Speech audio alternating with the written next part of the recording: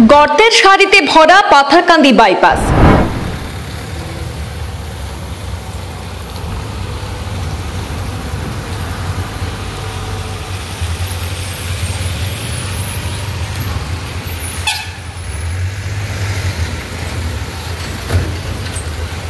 রাস্তা যেন বিপজ্জনক ফাঁদে পরিণত হয়েছে।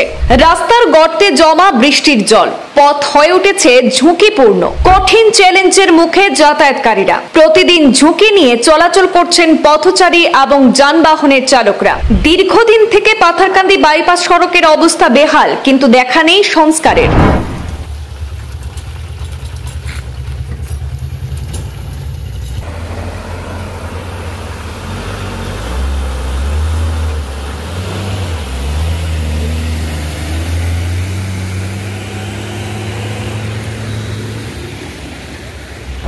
পাথারকান্দি বাইপাস সড়ক আজ গর্তের সারিতে ভরা এক প্রদর্শনী স্থল হয়ে উঠেছে।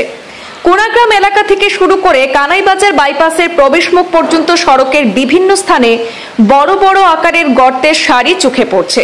শুধু তাই নয়, বাইপাসের উত্তর থেকে দক্ষিণ প্রান্তের বিভিন্ন জায়গায় গর্তে জমে আছে বৃষ্টির জমা জল, যা যাতায়াতকে আরো চ্যালেঞ্জপূর্ণ করে তুলেছে।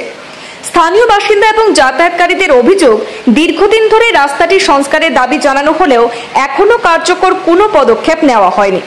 বর্ষার মৌসুমে এইসব গর্তে জমা জলে চলাচলের ঝুঁকি বাড়াচ্ছে এবং যাত্রীদের অসুবিধা আরো বাড়িয়ে দিচ্ছে।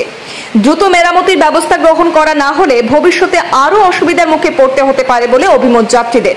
তাই মন্ত্রী কৃষ্ণেন্দু পাল এবং সংশ্লিষ্ট প্রশাসনের কাছে অবিলম্বে এই সড়ক সংস্কারের আহ্বান জানিয়েছেন স্থানীয়রা।